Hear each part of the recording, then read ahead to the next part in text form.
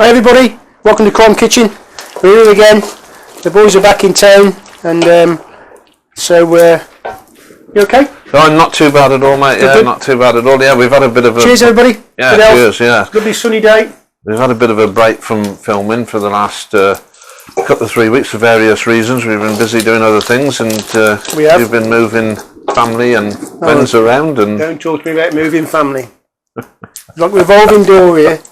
1 in, 2 8, 3 8. I have to say though, Dave, my daughter and son-in-law and granddaughter have been here for 3 months. It's been absolutely lovely. Love her to bits. Yeah. And as you know more than me, the amount of grandchildren you got, it's just lovely. It's a lovely relationship, isn't it? Yeah. Yeah, no, it is, and that's you'll find as they grow up and get older, that relationship changes for all sorts of things, and mainly for the better. Actually, as they get older, you communicate in different ways and stuff. So, yeah. So what we're going to cook today? Right, we're cooking today. Well, I'll be specific. What are you going to do? So it's spicy fried pork. It's a recipe I got from Aldi. Really cheap as well. I've doubled it up today, so because I've got hungry people coming back again. So this was normally I'm cooking for 8. So we got about a kilo of pork mince, which I'm just browning off now. I've got 400 grams of beans just trimmed and halved. For 4 people is 200. Some spring onions. There's 8 spring onions there, just cut. Some chilli, some soy sauce, and some garlic, and that's where we are really. So I'm just browning this off. So what's it actually called? Has it got a name, or just fried chili pork, really? Yeah, and then I'll serve it with some noodles. Yeah. Okay. Yeah, we'll serve some. I mean, it's beautiful flavour. It is, and it's not an expensive dish again. You can put some plant-based substitute here at this time, but it's you'll taste it in it. I'm just going to brown it off. It's just I've started it first. It takes 10 minutes to do this, so just brown it off, and I should take it out of the pan in a minute. Yeah, no, good. But just coming back onto the crime stuff that we obviously talking about in general, but I remember going back quite some years ago, and I can't just remember the year now, but I know it's a long time ago, that there was one of the bobbies basically locally that you worked with that ended up disappearing. And you did, I did, yeah. 2002 it was. 2002. I don't know whether you're comfortable talking about that, but we won't mention any names. But no. Yeah. Well, it grabbed the nation's, probably internationally, the nation's attention. 2002. There was not. Things were quiet in the world. The Gulf War had sort of come to an end, or in between conflicts. So there wasn't a lot. So the press were quite hungry for stuff. And this young Bobby, 21, he befriended a girl who was 15. She was nearly 16, but she was 15. And just turn it off for a minute, so just finishing off. And I don't know. We don't know what sort of relationship that was, but they were obviously good friends. Boyfriend, girlfriend type scenario. But anyway, that's quite an age gap, isn't it? Really, 15 to 21. I suppose. I suppose if you were 30 and 25, it wouldn't be. Well, yeah. At 16, but clearly he's a police officer. But notwithstanding that, she's 15. Yeah, she's 15 years of age, under 16. Anyway, they decide to run away. Obviously, there's some issues and problems. Talk about decision making. That was the worst decision he ever made. He was on duty, and off he went. And of course, you can imagine that things are going on at work, and then all of a sudden, where's so and so, and then we don't know. Anyway, to cut long story short, he'd gone. So you imagine the balloon goes up. They established that he's with his girlfriend or friend, 15-year-old girl. And you probably said this, I suspect, but was he a uniform officer? He was, so he was in. He hadn't gone through his probationary period yet. He hadn't done his 2 years, so he got about a year in or so. And so we established that they'd gone together. He bought a car locally. In fact, he bought a car from my old neighbours, BJH Motors, and lovely family firm. How long did it take you to establish the fact that he was on duty and suddenly? Well, he'd gone, and this has all been done before I got involved. Really, they established he'd gone. They quickly established. And then it was all within his shift. Then I tell you, obviously it must have been okay. Yeah, and then her parents obviously said, "Well, where's our daughter?" And it's all two and two together, and they quickly established he'd gone. So his daughter, the parents knew that she had some sort of relationship. He was like a family friend. They didn't. They were managing that process. It wasn't as though she didn't know they were friends. I don't know if they knew exactly how friendly they were. I don't know, and we don't know that. Okay. So off they went, and we know that they went via Birmingham because we were able to track. He still got his police radio with him, which he dumped, which was a bit of a stupid thing to do, given the the gravity of that. So we knew where that was, and we knew that they bought a tent in Birmingham and then gone. So this is a massive manhunt, really. You've got potential child abduction because she is a child in the eyes of the law, and he's a police officer. Very responsible position, and gone. So very quickly, a lot of people are looking, and there's lots of work going on in the background to try and establish where he's gone. Within a couple of days, so I get involved then in part of that, and it's obviously a major investigation, a very critical incident. We have a report that the vehicle is being pushed into a lock. Now, if you imagine where John O'Groats is, top right, just to the west of there's a place called Tongue, the Isle of Tongue. It's the most remotest, beautiful place you could ever go to. And they've obviously pushed the car into the lock, which they didn't realise was tidal. Tide's gone out, and there's the car. So we know they're there. Of course, that's a job in its own. We've got to get the car out, make sure they're not in it, and massive. A big job that was in itself. So anyway, I fly up to Scotland with another lad called Alan Webster, jockey. He's a Scottish lad himself, and we fly Birmingham, Glasgow to Inverness. And then we get picked up in Inverness, and it's still another 2.5 hour drive to the top. And we there set up with, and I'll never forget him, great bloke, a DI there called Murdo Fraser, in a little town. We set up the incident room there. By which time, and I don't kid in Dave, the world's press are there. Yeah. How they get there so quick? There's satellite vans and dishes. There's press everywhere we go. Who notifies them then? How did they know about that? Of course, it goes out. We have to use the media because we need the media to tell us potentially where these people are. Okay, so there is a proper communication relationship there. That's right. Okay. And off we go. And because like from the outside looking in, I see the media sometimes as being a help, but other times I've seen bloody hindrance, and I'm sure they would hate me for saying that, but that's the way I view it from a naive outsider, as it were. I mean, in general terms, they help. They're hungry for information. It's a mutual respect. Well, that's good to know, actually, from your perspective, from the police's perspective, that they are seen as a help. Cause I can understand why they want it, and. So I'm just taking this meat out now. It's all been browned off, lovely, and I'm going to put it to one side and I cook all the veg up. So so up we go, and I tell you, it's a funny story. So my equivalent, Murdo Fraser, really, really broad Scottish man, and we walk into, I think it was Thursday, little police station. We set up this incident room, and he's on the phone as I walk in. with my colleague, and he acknowledges me, and we nod at each other, and at the time he obviously smokes, and he's rolling a cigarette, which I thought was a bit strange, really, given it's a public. Anyway, he comes off the phone, and he's still rolling a cigarette, and one of his DCs says, "Sir, you can't smoke in here." He said, "You can't smoke in the building." And he looked round, he went, "I'm the DI, I smoke wherever I want, son." I suppose it was still... Well, it had moved out a little bit about the old school of the 70s and 80s, like the Sweeney type era. Yeah, he was but it was. Having said that, like up there, it's a bit remote, isn't it? To say it's remote is so where we were in Tongue. There's one police officer, and in Tongue we were just outside Tongue in Thurso, but in Tongue there's one police officer, and the closest police officer to him is 50 miles away. You know, he apparently he never used to wear his uniform. Really, didn't he? Work with the community. He was, you know. Yeah. And he was undercover most of the time. Remember? Yeah. So wherever we went, there was press. There was press hounding us everywhere. Anyway, within a couple of days, I mean, if they'd gone to Birmingham, we probably still wouldn't have found them.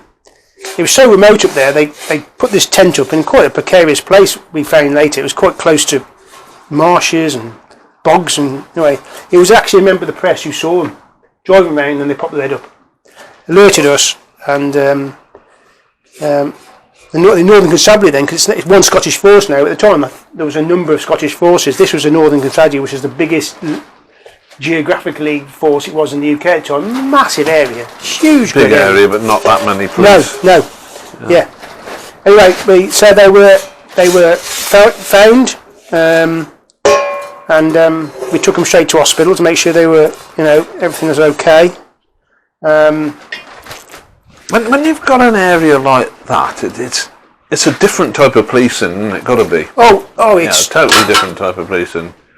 Absolutely. They'd have a sudden death, you know, and they'd have to get a plane to fly to or something to a little island, and it's the same processes, but just in a different way of doing it. To be honest, Australia, you know, as you know, I spent a lot of time out in Australia, and you know, a lot of those remote places.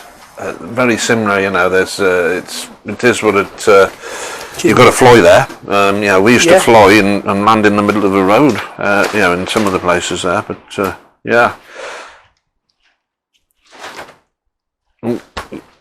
Wrong fridge there, mate. One the door, I think. Yeah. That's what. Yeah. They check them all over. They're all right, and we've got a specific time now to get them back. You know, all the way from Scotland, from the north of Scotland, right up to down to sunny old Worcester, and which is a logistical issue in itself. You know, we've got specific time limits to get them back. That's interesting. So, what happens if you fall outside of them time? Well, you could, if you're not doing it in time, you could make the whole process null and void, because the defence would argue, well, you haven't complied with PACE, the Police and Criminal Evidence Act, because it says you must do it. Of course, I mean, there's obviously a reason that's in place, but but my basic thing is why? Why is that in place from a law perspective? Because you don't want people unlawfully in custody, just keeping people just for the, you know. So they put, and rightly so, because, you know, we did it. Okay, well that's a good explanation, actually. Yeah, you just can't just willy nilly. So it was right and proper, but it is still, you've got to make things happen really quickly. So. That makes absolute sense, because during the course of policing, just because of the way the investigations need to run and go, you will have people in custody a lot that's actually not guilty, you know, and you find that out through the process, but you have to go through the process. So So we come back, and the press is aimed at us everywhere they go. There's press. Come out of the hospital, and one of my claims to fame is that I'm on the front. I'm not sure that's lit now, mate, actually. I can smell gas. I'm on the front of the Times, and I'm on page 3 of the Sun with having locked up this lad, arrested this lad. Well, there's worse places to be than page 3 of the Sun, aren't there? Well, particularly in them days. Yeah. So we come, and then we come back, and we get driven down from. So it was me, him, and my mate Jockey. We get driven down from right up there down to Inverness, and then we get a plane. When I say plane, it's about that big, from Inverness down to Edinburgh. And I know you've experienced some of the same sort of stuff flying around, but we flew into Edinburgh. The wind, it was so windy. We were on the back of the plane. At one stage, I think we're closer to the runway than the pilot was. So, and I know my mate was eyes closed and his knuckles were white.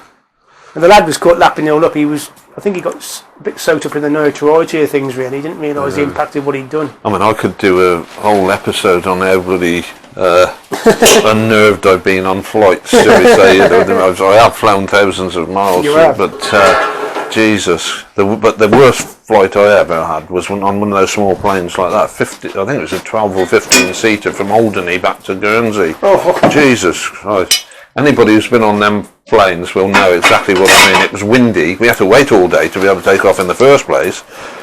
I could have virtually swam across quicker. Got a bit of wind trouble again, ladies and gentlemen. We've tried to deal with it, but it is particularly. It is particularly bad. I don't know what today. it is. I think we attract the wind as I think we do. Crime Kitchen, attracts the wind. So I'm just cooking the beans off now. Just going to fry them off. If we can. Just how long do they take to do for what you need? In this thing, are they generally less? Are they meant to be like a bit crunchy and that? Is that? Yeah, but if you can cook them off quickly and nice bit of hot heat, yeah, you can keep it going. It's I mean, some people do like it. I mean, if you like it a bit more soft and mushy, but I think you need a bit of crunch to it. As long as it's cooked through. Yeah. You don't want raw. I mean, that is the beauty. A lot of the stuff we cook and is you don't, vegetables and things like that. You cook them to your own liking, don't you? If you like a bit of crunch in it, then don't cook them so much. If you want a bit more, you got put a bit more fluid in and cook them, soften them up a bit and stuff. That's right. It just depends how you like them as individuals, absolutely. really. We're still going. We're going. But I'll tell you what, we'll put the other one on. So we fly there into Edinburgh. Very precociously. There's and the girl, she gets brought. She's driven all the way back, and she gets escorted down by two women police officers to bring her back to Worcester, and then we have to do the interviews. Oh, sorry, I missed a bit there. A good point. So then we fly from Edinburgh into Birmingham, and our task force, which a great bunch of lads and lasses. They're sort of specialised firearms unit, and things may have changed now. They may have changed but they did surveillance, and so they're really, good trained, highly trained people. And we covertly get taken off the plane, taken off, and down these. And just for the reason, why was it covertly taken off the plane? Because the press was aimed in us. They were everywhere. Because at this point, the press had become a bit more of less helpful. Well, they just want photographs. They just that sensationalise things, and I get it. They just want photographers really. It's the paparazzi. It's the photographers. So I said the press. It's the one, and then they can speak to us. I mean, some of this is probably a naive question in many ways, but why not just front it out, walk through as it is, and just let them take the pictures? You could still have some, until proven guilty up to where you still got. You were trying to keep him and them actually. Not necessarily because he was a police officer, or because that was the attention. I mean, if he'd have been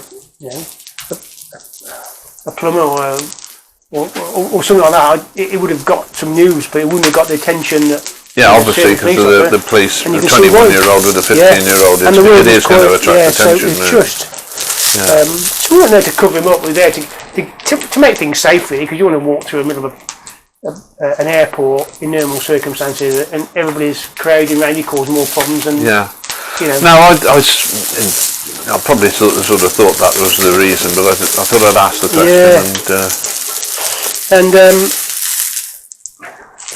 Put me spring onions in. And then we get up, and he won't mind me mentioning him. Matt Mead. Matt was the inspector. He became a superintendent there, but he was at the time he was inspector on task force. Good lad, Matt. Very good lad. We've been PCs together back in Worcester, and we get in the back of this Range Rover, and there's three of us in the back, and the lad and me and my mate Jockey, and then driver, and Matt was in the front. And I remember saying, Matt, I have to say that was really professional. It was impressive. Yeah. It was impressive. It was so slick. Yeah, and he organised all of that. The EB part, that's right. It was just that'd be going on.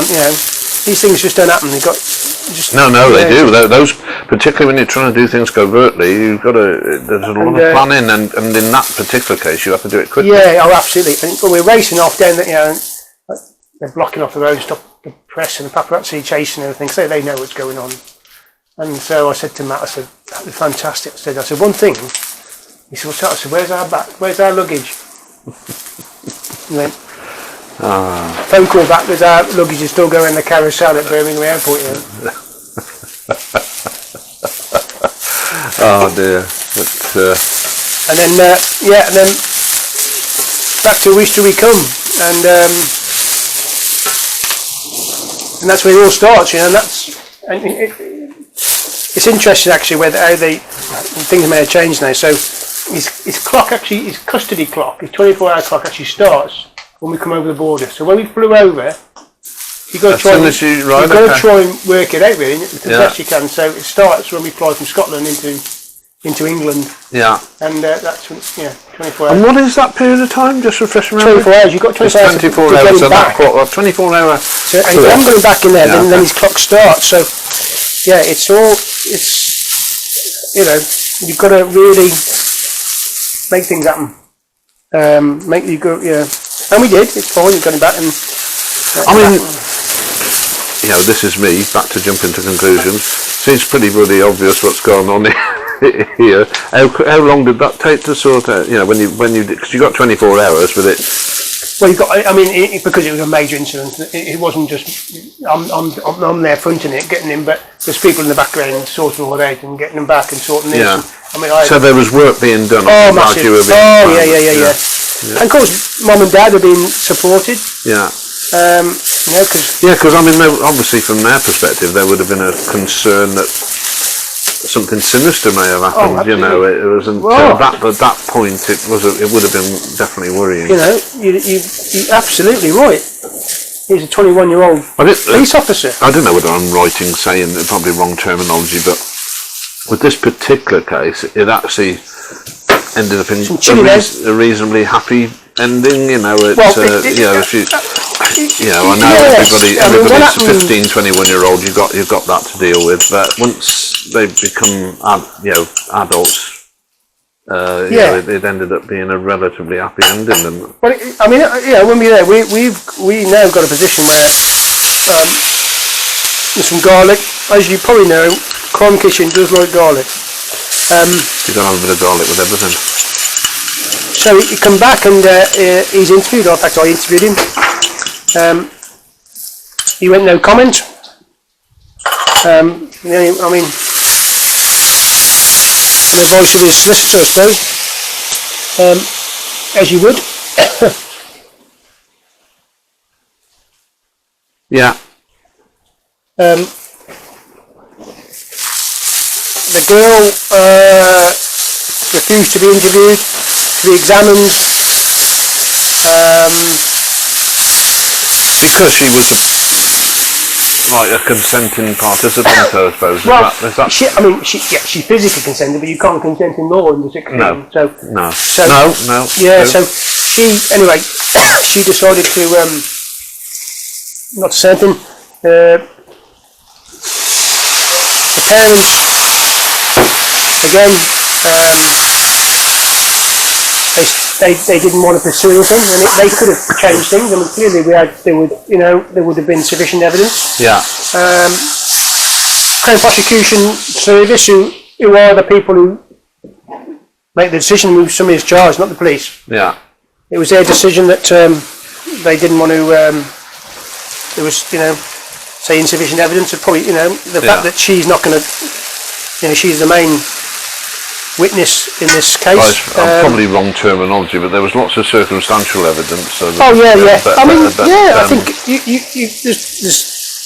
there's every reason why if Mum and Dad had really said we want this person prosecuted, I'm sure that there'd have been more due consideration for it. But anyway, she resigned.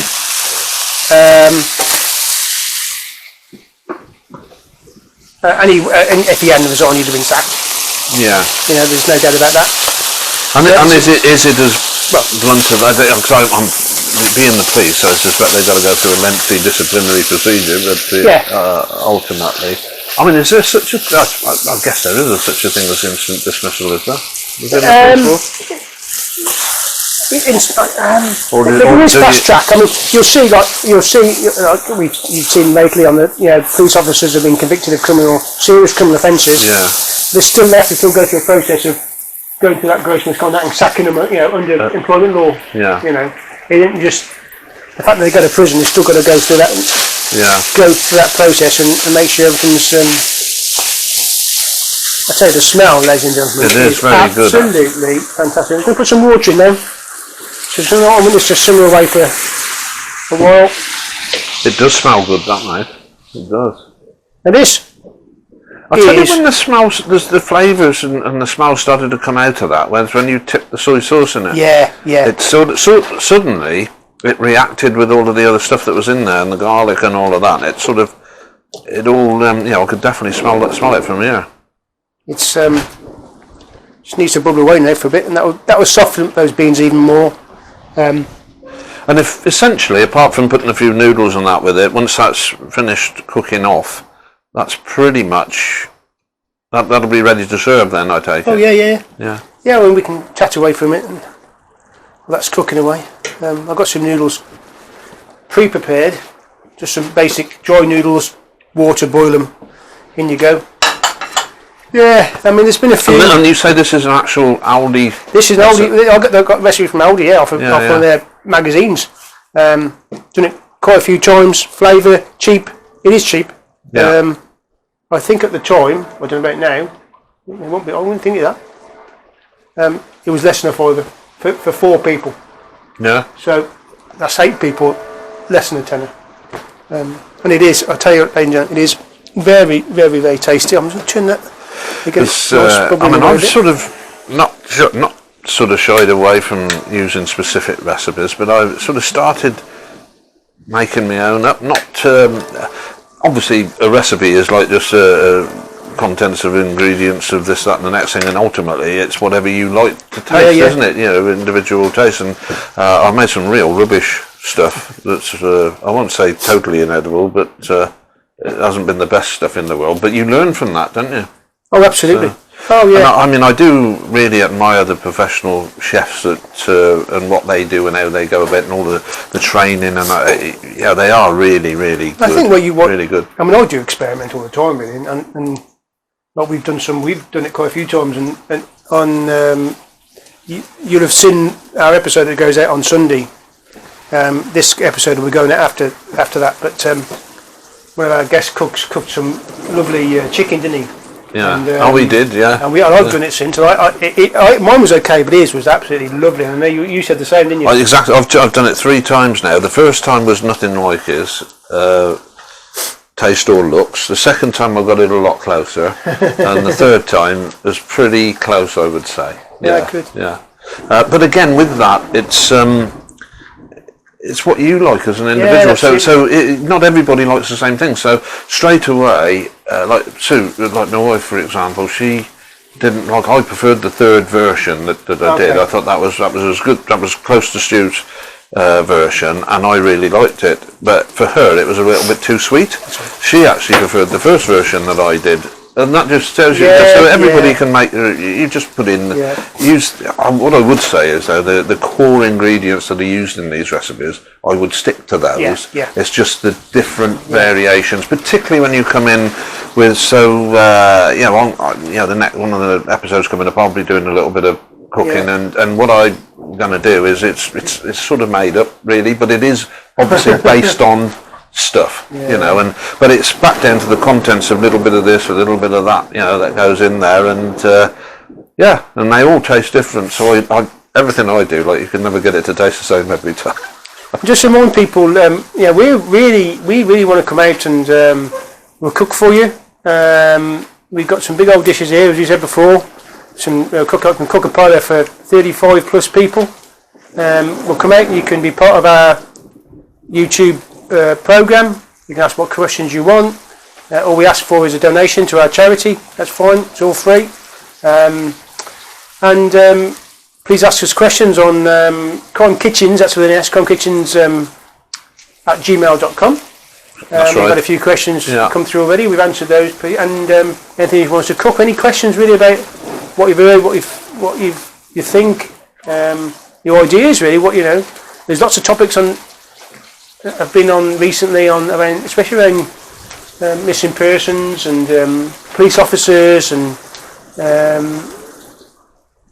So you ask us whatever you want. Yeah. And, we have had one particularly good question come through, and we won't answer it now. But it was the question was what's one of the most intimidating characters that you've ever had the pleasure of interviewing, shall we say, and or bringing into custody. But we've got just to reassure you, we've got some an episode coming up around that in the future. But keep the questions coming in. It does help feed some of these shows. And the more we go through them, the better they will get. Have a taste this now, Dave. I'll get you a fork. Just see what you think. And it's cooking its way through. And dig in there. This is me tasting. We're all good friends. Yeah, I'm gonna have a little bit of lemon and beans for a start. I'll take a little bit more, don't I? And I'll take a bit of that as well. I'll get it to stay on the fork. Right, there you go.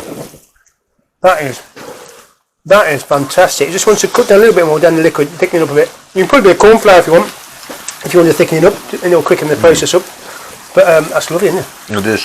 See, those beans are exactly how I like them. Oh, there you go. They've just got that little bit of crunch to them. Yeah. I don't like them when you put them in your mouth and they're just mush. No, I agree. I like to have especially this type of thing, you've got to have a bit of crunch to it. But we've got stuff coming up. What else we got? We're going to talk about a man who died in the floods in 2007. A judge, very sad tale. Interesting case that was, to deal with, not suspicious as in, but you've got to deal with things as if they may have been suspicious as well, even though you might think, if somebody it's obviously not suspicious, that could sometimes bite you, because you've got to keep an open mind as to anything really, because. Yes, I would definitely say that it's. Keeping an open mind it's got to be essential, because things come in left field, and you must have been surprised. Actually, one of the things we'll talk about on one of the shows is where some of the things where you have been, because life just isn't like this where it goes smoothly all the time, is it? You come across things in your jobs and in your work, and where it just hasn't gone quite to plan. And I think it'd be great to talk about some of those instances and how you then overcome them, because I think nobody's perfect, are they? We all like to think we can do the best job we possibly can, but things do happen. Life is life, and I don't want to say mistakes are made, but things, on reflection, you would have done things slightly differently and stuff you have like to reflect. Every day's a learning day, even now. And so, as we know, it's a bit of a cliche, but you've got to learn, and you do what you can in front of you, because you have to deal with things very, very quickly, dynamically. Deal with it in front of you, and sometimes you get it right, and sometimes you don't. Yeah. That's life, isn't it? It is. Well, should we say goodbye for now? I think we'll say goodbye to now, and thank you very much for watching, and we'll see you again soon.